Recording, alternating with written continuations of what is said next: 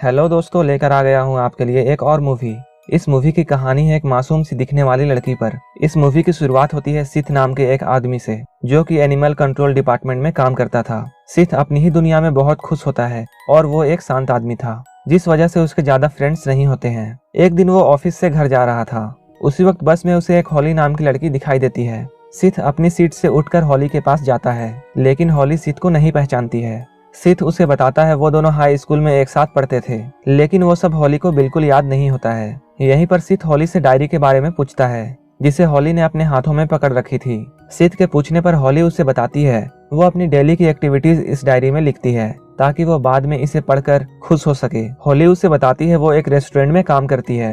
हॉली से बात करके सिथ के दिल में फीलिंग आनी शुरू हो जाती है और वो हॉली से कॉफी के लिए पूछता है, लेकिन हॉली उसे बताती है पहले से उसका एक बॉयफ्रेंड है। बस स्टॉप आने पर हॉली उतर जाती है। हॉली की बॉयफ्रेंड वाली बात को सुनकर सिथ अपसेट हो जाता है। सिथ घर जाकर सोशल मीडिया पर हॉली को सर्च करता है। हॉली उसे मिल जाती है। अगली सुबह जब सिथ ऑफिस जाता है तो वो अपने डिपार्टमेंट के एक बंदे से कुछ टिप्स लेता है, और वो टिप्स होते हैं लड़की को कैसे इम्प्रेस किया जाए। इस बंदे का नाम नेट है। नेट उसे बोलता है उसे कॉन्फिडेंट रहना होगा, क्योंकि लड़कियों को कॉन्फिडेंट लड़के पसंद आते हैं। इसके बाद सिथ डॉक्टर के कहने पर एक जर्मन शेफर्ड डॉग को लाने जाता है। वो डॉग काफी दिनों से बीमार था और उसकी हालत में कोई सुधार नहीं आ रही थी, इसलिए डॉक्टर उसे पॉइजन देकर मार डालते हैं। सिथ जब डॉग को लेने गया था तब उसने वहां पर एक रूम देखा था, जिसके नीचे एक बेसमेंट रूम था। इसी बेसमेंट रूम में हमारी आज की फिल्म की कहानी है। यह बेसमेंट रूम इस कहानी के लिए बहुत इंपॉर्टेंट है। इसके बाद वो घर जाता है और घर जाने के बाद फिर से वो उसकी प्रोफाइल खोलता है। सोशल नेटवर्क्स पर उसे हॉली के रेस्टोरेंट के बारे में भी पता चल जाता है।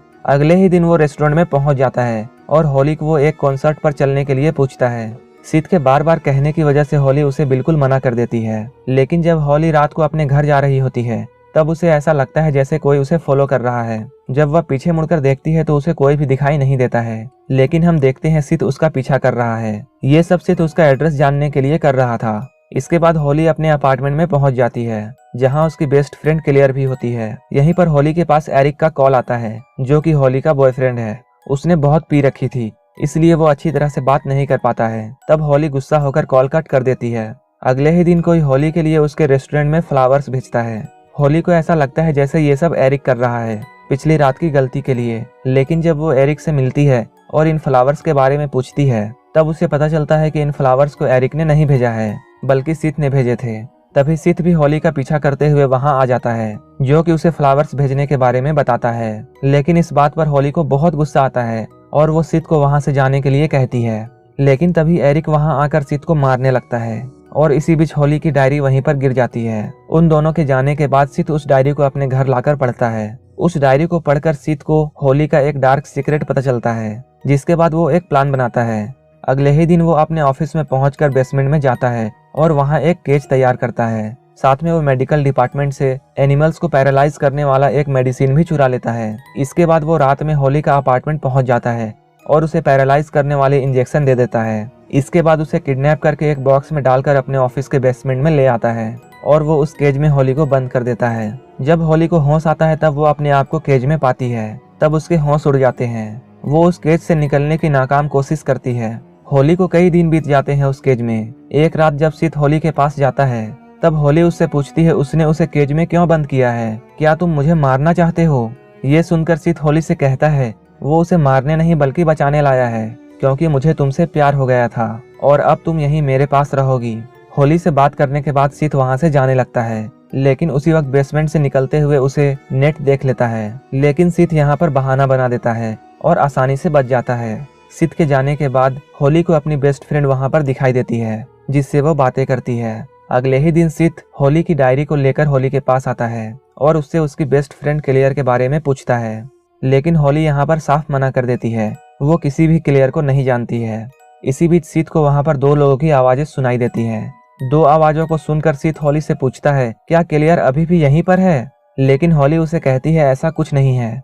यहाँ पर सिथ उससे कहता है उसने उसकी डायरी पढ़ ली है, जिससे पता चला कि तुम एक मेंटल पेशेंट हो और तुम्हें ट्रीटमेंट की जरूरत है, क्योंकि डायरी के अनुसार क्लेयर मर चुकी है। कुछ टाइम पहले हॉली और एरिक की एंगेजमेंट हुई थी, लेकिन फिर उसे पता चला एरिक और क्लेयर उसे धोखा दे रहे हैं। ये पता चलने पर हॉली को बहुत गुस्सा आता है और वो एक प्लान बनाकर अपने साथ क्लेयर को एक कार में ले जाती है और कार एक्सीडेंट करके उसकी जान ले लेती है। लेकिन होली कहती है यह एक फिक्शन स्टोरी है जिसे मैंने डायरी में लिखा है। ये सुनकर सीथ कहता है पहले तो उसे यही लगा था, लेकिन बाद में वो पुलिस स्टेशन जाकर क्लियर के बारे में पूछ कर आया है, जो कि बिल्कुल सच है। यही नहीं बल्कि सीथ उसे ये भी बताता है उसने कई और लोगों को जलाकर, गला घोंटकर और बाकी कई तरीकों से मार डाला। सीथ बोलता है उसने उसे केज में इसलिए बंद किया है ताकि वो और लोगों को उससे बचा सके और उसे भी पुलिस से बचाकर अपने पास रख सके।